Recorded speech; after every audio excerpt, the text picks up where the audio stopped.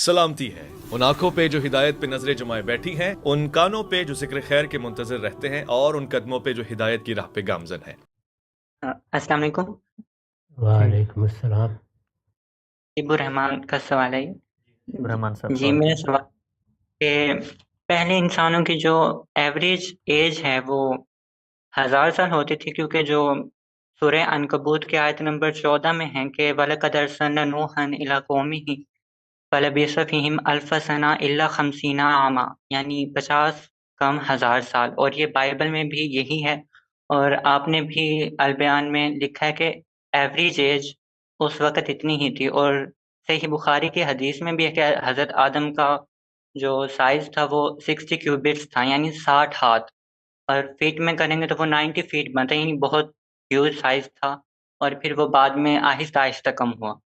جو جیرنٹولوجی ہے وہ بھی اتنی زیادہ ایج کو سپورٹ نہیں کرتی، آرکیولوجی بھی نینڈرتھالز کی اور ہومو سیپینز کی جو شروع کے ہیں ان کی ایج 33 to 40 میکسیمم بتاتی ہے، اس سے زیادہ نہیں کرتی، اور جو ایولیوشن کی تھیوری ہے وہ تو بالکل ہی اس نظریے کو ریجیکٹ کر دیتی ہیں، اور پھر جو ریلیجیس اسکالرز ہیں وہ ایولیوشن کو تھیوری کہہ کے ریجیکٹ کر دیتے ہیں، اور تھیوری کو ایک مفروضہ کہتے ہیں، سوال صرف ہائپوتھیسس کیجیے، کہتے ہیں۔ سوال کیجیے، سوال کیجیے۔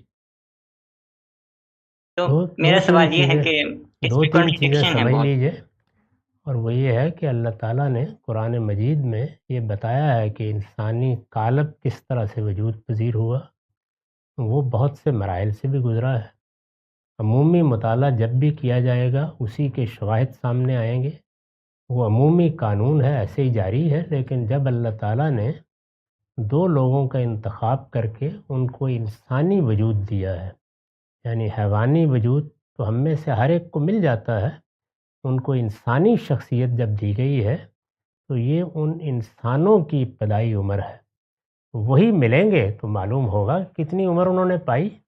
یہ کوئی عمومی بات نہیں ہے، یعنی سیدنا آدم کی عمر بہت زیادہ تھی، ان کے بچوں کی عمر اسی طرح، ایسے ہی نوح علیہ السلام کے زمانے تک یہ رہا۔ یہ چند افراد ہیں جو ابتدا میں زیادہ عمر کے ساتھ جیے تاکہ انسانیت آہستہ آہستہ اپنے قدم جما لے۔ تو یہ بات ہے جو بائبل میں بیان کی گئی ہے اور قرآن میں بھی بیان کی گئی ہے۔ اس کے شواہد آپ کہاں ڈھونڈنے کے لیے جائیں گے؟ انہی بزرگوں کی کوئی قبریں وبریں کھول کے دیکھیں، شاید کچھ معاملہ بن جائے۔ باقی رہ گئے لوگوں کے قد کاٹ، تو وہ بخاری کی روایت ہے، بس اس کو بخاری کے سپرد کر دیں، وہیں بیٹھی ہوئی اچھی لگتی ہے۔ میرا سوال سمپل سا ہے، میرا سوال نوح علیہ السلام کی ایج کے مطابق ہے کہ گاندھی صاحب اس کو دیکھتے ہیں کہ وہ 950 سال وہ ہو سکتی ہے، 950 سال وہ سنت رہی ہوگی پہلے سے پہلے، لیکن اگر ہم آج جدید دور کی بات کریں، آج ماڈرن سائنس میں اتنی ترقی کر لی ہے کہ ہم دیکھتے ہیں کہ ایسی ایج ابھی تک کہ ہمیں کچھ ایویڈنس نہیں ملے کہ کسی کی ایج اتنی رہی ہوگی۔ آج کل کے ماڈرن ڈے میں ہم اس کو کیسے اس کو ریکٹیفائی کر سکتے ہیں کہ 950 سال کوئی رہا ہے، آج سب کچھ ریشنل وے سے چل رہا ہے، تو گاندھی صاحب اس کو قبول کرتے ہیں، اپنی قرآن البیان میں کہتے ہیں کہ اگر 950 سال رہی ہوگی تو رہی ہو، لیکن ایسا کچھ ہے نہیں، ہمیں ایسا کچھ ماڈرن ایویڈنس، ہمیں آج کے ایویڈنس ایسا کچھ ملا نہیں ہوئی کہ 950 سال۔ جی تو کوئی خدا کا ایویڈنس مل گیا ہے ماڈرن سائنس میں آپ کو؟ اس کو کس اصول پہ مانتے ہیں؟ خدا تعالیٰ کا کوئی ماڈرن ریشنل سائنس کے اندر کوئی ایویڈنس مل گیا ہے ٹینجیبل جس کی بنیاد پہ اس کو مانتے ہیں؟ دیکھیے ہمیں فار ایگزامپل ہمارا ہونا یا بہت ساری چیزیں یہاں پہ آرڈر کا ہونا وہ تو ثبوت ہے نا اس سب چیز کا، لیکن یہ جو چیزیں ہیں نا یہ سب چیزیں ہمارے سامنے اب آ چکی ہے، یہ ایج اتنی یہ 950 کیا چیز سامنے آ چکی ہے؟ کیا چیز سامنے آ چکی ہے؟ کائنات کی ابتدا آپ کے سامنے آ چکی ہے، اسی طریقے سے انسانیت کی تاریخ آپ کے سامنے آ چکی ہے، کیا چیز سامنے آ چکی ہے؟ ہمیں اس کا کوئی ایویڈنس نہیں ملا ہے۔ نہیں، ہمیں ایویڈنس اگر دلیل ہے، بنیاد ہے، تو پھر تو دین کے اصولی مقدمات کو سب سے پہلے، یعنی علم کے اندر ہمیشہ یہ دیکھا جاتا ہے کہ آپ کو جو اصول و پرنسپل آپ اپنائیں گے اس پہ کنسسٹنٹ رہنا ہے۔ تو اگر تو پرنسپل اور اصول یہ ہے کہ جب تک کسی چیز کا ٹینجیبل ریشنل ایویڈنس نہیں ملتا اس کی بنیاد پر وہ چیز قابل قبول نہیں ہو سکتی، تو پھر تو دین کے سارے باقی مقدمات پر بھی سوال اٹھتے ہیں۔ معجزات کا کوئی ٹینجیبل ایویڈنس آپ کو مل گیا ہو آج تک تو آپ بتائیے، فرشتوں کے اترنے کا کوئی ٹینجیبل ریشنل ایویڈنس مل گیا ہو تو آپ بتائیے۔ تو سوال یہ ہے کہ دین کو میں مانتا ہوں اس بنیاد پر کہ میرا عقلی اطمینان ہے کہ یہ رسالت مآب صلی اللہ علیہ وسلم کو اس کے خالق نے دی تھی. اس کتاب کے اندر کچھ دعوے کیے گئے ہیں.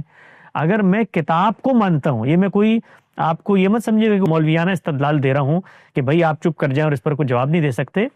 یہ عقلی استدلال ہے. جس وقت میں علم اور عقل کی روشنی میں خالق کا کلام اس کو مانتا ہوں تو اس کا مطلب یہ ہے کہ میں یہ مان رہا ہوں کہ خالق اس میں جو بات بیان کرے گا وہ درست ہوگی.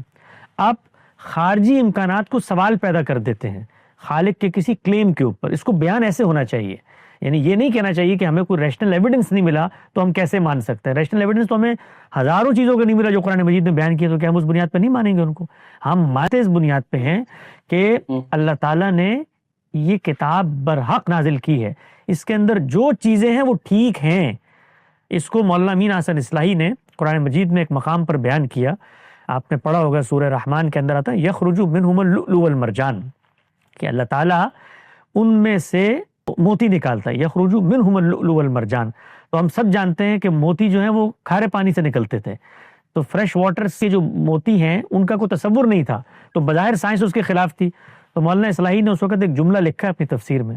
انہوں نے کہا کہ خود سمندر بھی آ کر مجھے کہے گا نا کہ موتی نہیں نکلتے، میں تب بھی نہیں مانوں. کیوں؟ کیونکہ میں خالق کے جس کلام پر ایمان لاتا ہوں وہ کلام اس لیے نہیں ایمان لاتا کہ خارجی امکانات اس کی تائید میں ہو گئے ہیں یا سائنسی یا ریشنل حقائق اس کی تائید میں ہیں، بلکہ اس پر ایمان کے کچھ اور الگ تقاضے ہیں، کچھ اور مراحل ہیں جس وجہ سے ہم اس کو مانتے ہیں. تو سب سے پہلے سوال ہمیں درست کرنا چاہیے. سوال یہ ہونا چاہیے ہے کہ قرآن مجید نے جو ایک دعویٰ کیا ہے، اس وقت کی معلوم تاریخ یا معلوم سائنس اس دعوے کی تصدیق نہیں کرتی. اگر تو یہ سوال ہے تو میں اس کا جواب ایک لفظ میں دے دیتا ہوں. جی ہاں، یہی ایسا ہی سوال ہے. اور پتہ کہہ رہا ہوں نا، جس کو میں ریشنل کہہ رہا ہوں، میں کہہ رہا ہوں کہ سائنس نے اس کے متعلق ہمیں کوئی دلیل نہیں دی ہے. مطلب ہمارے سامنے اب ہیومن ہسٹری آ چکی ہے نا. نہیں، ہمارے سامنے ہیومن ہسٹری آ چکی ہے. یہ پھر ایک اور دعویٰ کر رہے ہیں آپ آسمان پہ جا کے. کون سی ہیومن ہسٹری آ چکی ہے؟ مطلب آپ کے سامنے ہیومن ہسٹری میں آدم علیہ السلام کی تخلیق کے مراحل کا کوئی آپ کے پاس ٹینجیبل ثبوت آ گیا؟ کون سی ہیومن ہسٹری آ چکی؟ انسان کی پیدائش کے بارے میں، دنیا کی تخلیق کے بارے میں سائنس کے پاس کوئی متفق علیہ نقطہ نظر نہیں ہے، تبدیل ہوتا چلا جاتا ہے. یعنی ہم لوگ اصل میں ایک چیز کو اٹھاتے ہیں اور اٹھا کے اتنا بڑا دعویٰ کرتے ہیں ہمارے سامنے ہیومن ہسٹری آ چکی ہے. بھائی ہیومن ہسٹری میں انسانیت کی عمر کے بارے میں کوئی متفق علیہ نقطہ نظر بتا دیں. وہ 3 لاکھ سال ہے، یعنی معلوم تاریخ ہمارے پاس 5000 سال سے زیادہ کی نہیں. ہیومن ہسٹری آ چکی ہے ہمارے پاس. کہاں سے آ چکی ہے human history? I mean to say کہ جو ہمارے سائنٹیفک صرف اتنی بات کریں، اس وقت جو موجودہ سائنس ہے اس میں مجھے اس دعوے کی تائید میں کوئی دلیل نہیں ملتی. اس سے بڑے بڑے دعوے نہ کریں. ہمارے سامنے یہ ہو چکا ہے، ہمارے سامنے وہ ہو چکا ہے، کچھ بھی نہیں ہوا آپ کے سامنے اس وقت تک. اس طرح کے معاملات ہو گیا ہوگا ایگزیجریٹ. لیکن یہ ہماری ایج جو ہے نا، ایج جو بھی ہمیں سیمپلز میں بس سیدھا سا دعویٰ ہے نا، اتنا سا دعویٰ ہے بھائی، سیدھا سا دعویٰ ہے. اس کی بنیاد پر یہ ریشنل تھنکنگ اور ایسی مروبیت جو سائنس سے دل میں پیدا ہو جاتی ہے، جو سائنس اپنے بارے میں خود کبھی یہ دعویٰ نہیں کرتی، جو ہم کمزور مسلمان جو ہیں وہ سائنس کے سہارے پہ قرآن مجید میں جا کے اعتراضات شروع کر دیتے ہیں.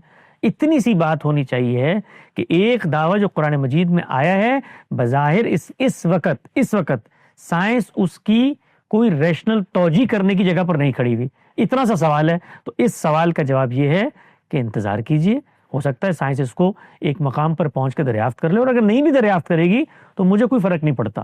میں دنیا کے اندر اللہ تعالیٰ پر جب ایمان لاتا ہوں، اس کی اخبار کو مانتا ہوں، تو وہ اس بنیاد پہ نہیں مانتا کہ خارج کے اندر سائنس اس کی تائید کرے گی تو ایک ایک مقدمے کو مانوں گا. میں پیغمبر کی صداقت پر ایمان لاتا ہوں، اس کی بنیاد پر یہ کلام الہی کو کلام الہی سمجھتا ہوں، اس کے ہر دعوے کو آنسوئے افلاک سے نازل ہوا ہوا سمجھتا ہوں. اس پر جب کوئی سوال ہوگا اور میرے پاس خارجی امکانات کی دنیا میں ثابت کرنے کے لیے دلیل نہیں ہوگی تو میں ایک ہی جملہ کہوں گا کہ میرا قرآن برحق ہے. سائنس آج نہیں تو کل اس کی تصدیق کر لے گی.